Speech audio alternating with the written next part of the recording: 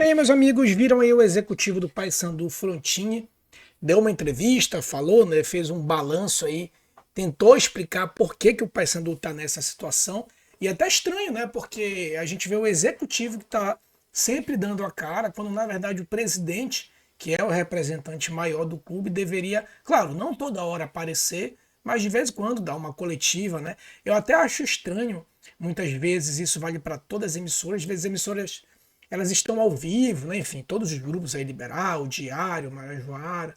Aí o repórter pega o telefone, liga, aí, enfim, o presidente atende na hora, bota o microfone aqui. Eu acho que o repórter não tem nada a ver com isso, né? Ele vai buscar informação, a obrigação dele é ligar. Agora, assim, atende ali, mas ele não dá uma coletiva, que é algo até mais formal. Eu acho que isso, inclusive, diz muito, né, sobre os nossos clubes paraenses, o quão isso é amador, né? Não há ali uma coletiva para fazer um balanço, né? Sempre é tudo muito ali improvisado, amador, né? Mas enfim, bora lá, o Frontini falou, alguém falou, né? Pelo menos alguém falou sobre o clube, né? Ele disse que ainda acredita e revelou aqui o tal do plano que vai fazer, né, para conseguir o Paysandu sair dessa situação. Como conseguir resgatar essa parte mental para os jogadores não se abalarem cada vez mais porque os resultados não estão vindo? Olha, né, eu faço questão principalmente de estar presente nesses momentos difíceis, quando a gente vê que o grupo é trabalhador, que o grupo é dedicado, que estão fazendo o possível. Você vê que a gente só perde o jogo nos detalhes. A gente não perde o jogo de 3, 4, o adversário domina a gente, seja dentro de casa ou seja fora de casa. Você vê se a RB foi 1-0, o Goiás foi 1-0, ou é uma virada de 2-1, é diferença mínima ali, entendeu? Ontem foi 1-0 novamente. Então, assim, são detalhes pequenos que estão fazendo uma diferença muito grande. E quando você vê. Cara, e isso aqui eu já tenho dito para vocês, né? Isso virou até uma ladainha minha já. Eu sei que muitas vezes a gente fala, esse elenco é horrível e tal.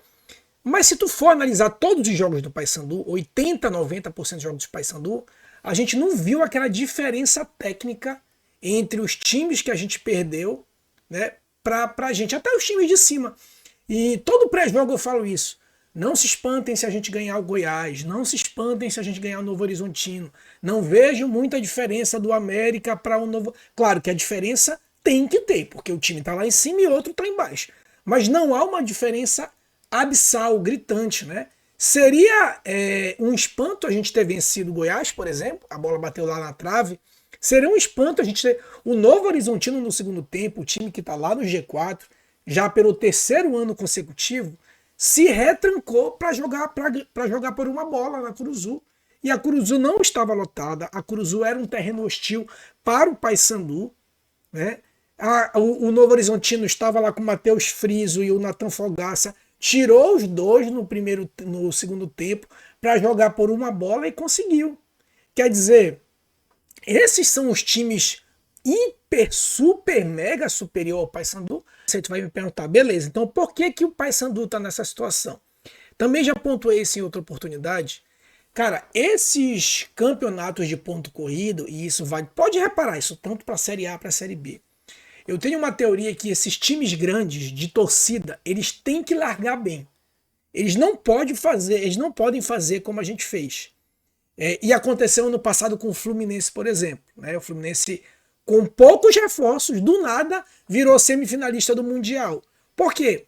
Porque esses times grandes, quando eles começam a entrar na zona de rebaixamento, eles entram numa draga de cobrança de torcida que isso faz com que o jogador ele jogue com 2 quilos de cimento nas costas.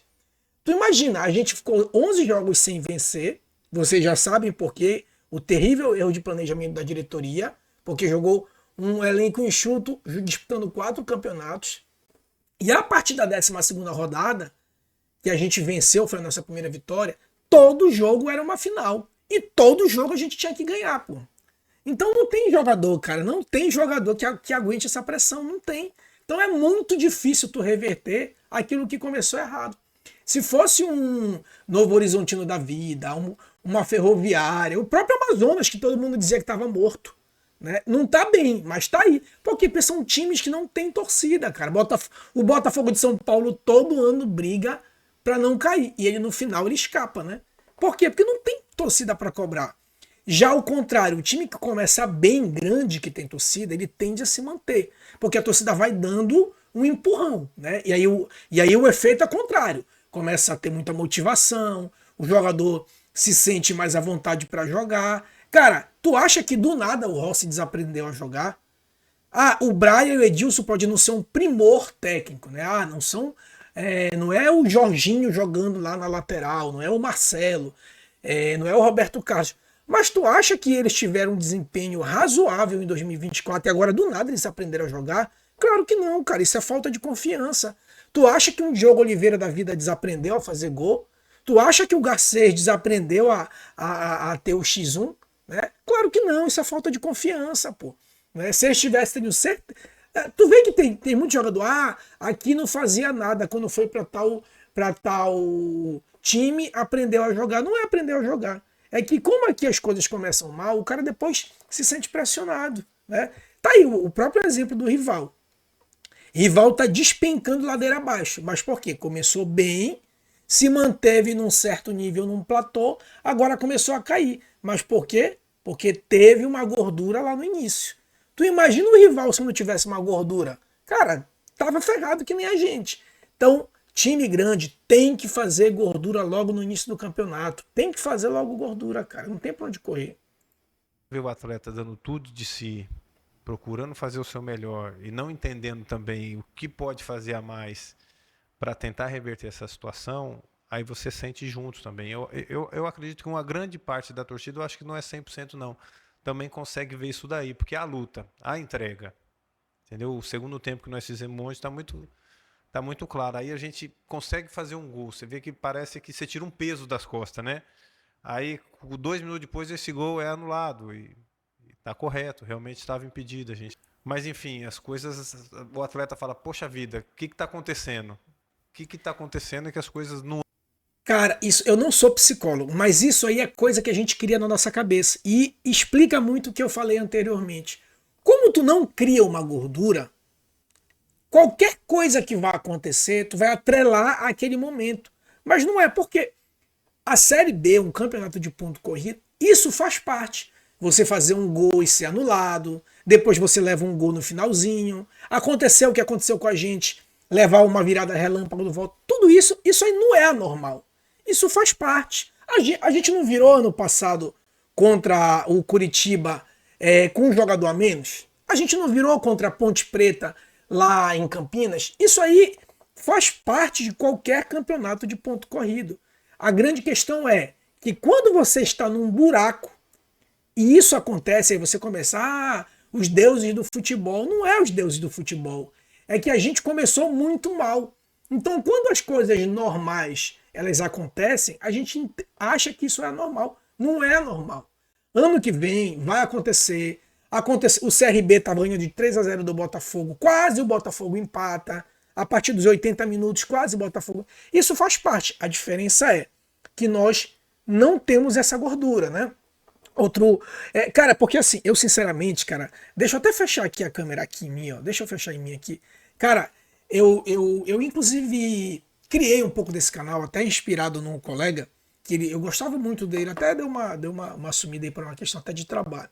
Eu gostava muito das pontuações que ele fazia, né? E aí eu vi que ele não tinha tempo, eu acabei tocando aqui, né? Alguém tem que tocar. Porque a gente vê simplesmente alguns veículos de imprensa tradicional assim, aquele papo tecniquez, né? Não, porque, veja bem, o Goiás tem banco, porque não sei quem, pode ter até... Aí tu vai pro banco do Goiás contra a gente. Arthur Kaique. Outro banco do Goiás. Edli Garcia. Parece uma criança jogando.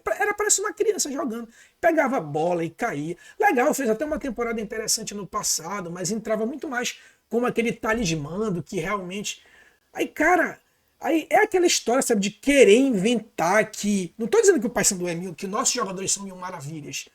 Mas de querer inventar que... Ah, não, porque esse elenco é inferior. Cara, é inferior aonde? Me diz aí, tirando 2, 3 times, qual time tu vê um cara entrando e resolvendo no segundo tempo? Sinceramente, assim, é uma necessidade de dizer que de fazer aquelas conclusões óbvias, né? Que é quando o Paysandu na 12ª rodada voltou a ganhar e deu aquela goleada do Coritiba, não, veja bem, agora o Paysandu acertou na janela, trouxe Garcês, Thaleson, Diogo Oliveira, enfim, um centroavante. Quer dizer, quando tá perdendo, o elenco é fraco. Quando se recuperou, agora contratou bem. Cara, não é assim. Futebol não é assim. Principalmente um time de massa como o Paysandu, são diversos fatores que conjugam para dizer o desempenho. Nesse caso aqui, o fator para mim essencial é aquilo que a gente vem falando sempre. São a tal das 11 rodadas. É só tu reparar, pega todos os jogos do Paysandu. O Paysandu não perdeu por um placar máximo, só perdeu por um placar mínimo. 1-0, 2-1. Quando perdeu por um placar elástico, que foi 2-0 pro CRB, foi quando a gente se lançou à frente, que teve aquele pênalti roubado lá, né? Então, assim, eu acho que é muita justiça. Concordo em parte com o Frontin. Agora, aquela história. Leite, não adianta chorar o leite derramado. Não é dizer, mas é porque a gente ficou 11 rodadas. Porque... Não adianta, né? Se quer o milagre... Ele até fala aqui do milagre. Ó, vou mostrar para vocês aqui. Ó. Aí, ó. Ele falou sobre acreditar. Mas a gente tem que continuar acreditando, trabalhar, aceitar as críticas, faz parte. O nosso momento de estudo, mas se abaixar a cabeça, domingo fica mais difícil ainda. Teve algumas coisas que a gente precisa melhorar, mas teve muitas coisas boas também. O segundo tempo, principalmente, a gente esteve muito mais próximo da vitória, mas a gente já vem com esse discurso há um tempo também. Então a gente precisa o mais rápido possível. Quando eu falo a gente, somos todos nós. Talvez eu sou o principal responsável e não posso fugir disso daí. Então, tentar achar o que tem de bom, corrigir o que vem acontecendo nos últimos jogos. A gente vem tomando muitos gols depois dos 40 minutos do segundo tempo. E aqui a gente não está para apontar o dedo para ninguém, a gente está para tentar corrigir e seguir. São 10 jogos, 10 decisões. Eu já vi muita coisa acontecer no futebol, mas a gente precisa começar a fazer a nossa parte. Aquela história, né? Eu até tinha dito, né, que, claro, a gente como torcedor não tem condições de fazer isso, né? Porque a gente como torcedor, mesmo que a gente fique puto e saiba que o Paysandu já está rebaixado, a gente pensa assim, tem que ganhar 8 jogos, ou na minha conta aqui seria 7 até 6, tá? E o resto com alguns empates. A gente sempre vai pensar assim, tem que ganhar 7 jogos. Se faltam 7 jogos, a gente sempre vai pensar, porra, e se der um milagre a gente ganhar 7 jogos, né? Claro, isso faz parte, né? Torcedor é isso aí mesmo. Só que se a gente fosse racional, e isso só partiria da diretoria, a gente teria que fazer o seguinte, cara, bora logo começar a contratar para a Série C, aproveitar que já acabou os times que não classificaram para a Série C, pega os melhores jogadores, tá toda uma galera sem contrato, a gente consegue contratar mais barato, vai logo formando, negocia com jogadores caros, né? Só que essa não é a atitude da diretoria. E legal, eles aqui arquem com isso. Se não é, aí eu concordo com ele, cara. Se a gente decidiu, faltando 8, 7 jogos e ter que ganhar 100%, então legal. Então vamos jogo a jogo, ganha um, continua sonhando com o outro, né? Mas não tem mais jeito. Beleza, a gente já sabe, né? Só que se decidiu continuar lutando até o fim, é lutar com dignidade até o fim. E ir conquistando ponto a ponto, né? Mesmo que a gente não acredite. E claro, né? Obviamente que a maioria da torcida não acredite. Mas se há uma decisão para continuar lutando, então que vá lutando ponto a ponto, né? E já falei para vocês, eu não vou achar surpresa. Paysandu ganhou o Criciúma lá dentro. Não vou achar essa surpresa. Nenhuma surpresa.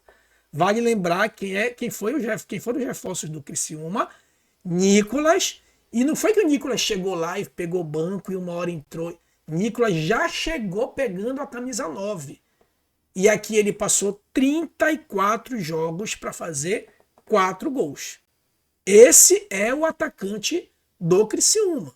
O Boraci é reserva, é legal. O Boraci realmente é um cara... Outro reserva lá do Criciúma, que entra para resolver. Veterano é Jean Carlos. Quem é o super goleiro do Criciúma? Era o nosso reserva, o Alisson. O Alisson era reserva do Matheus Nogueira, tá? Pra quem não lembra. Então, então quer dizer que o nosso time é melhor que o Criciúma? Claro que o Criciúma é melhor. Quem tá lá em cima, obviamente, é melhor. Mas não é aquele melhor que vai entrar em campo e tu vai dizer, cara, aí tá ganho, realmente é uma zebra. Não. É um melhor que a gente pode sim ganhar, né? Por incrível que pareça, o único melhor que as chances de ganhar são pequenas é o Atlético Paranaense, né? Que se super reforçou aí. O próprio Coritiba, né? Tem um elenco até razoavelmente forte aí.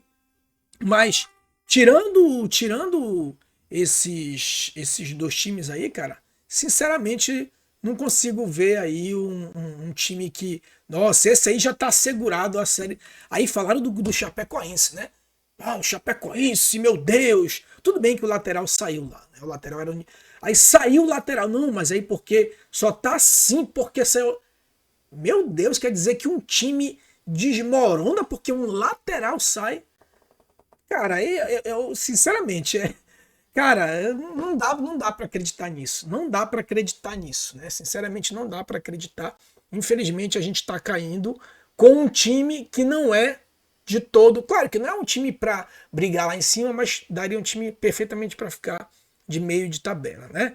Legal aí a entrevista do Frontini. Dentro dessa condição que a gente já tá, concordo com ele. Se é para continuar lutando, então que a gente caia pelo menos atirando, como diz a história. Mas a vida continua, se cair é recuperar para o ano que vem, protestar o que tiver que protestar, para mudar o que tiver que mudar na diretoria, e a vida continua, a vida que segue, e voltar o mais breve possível.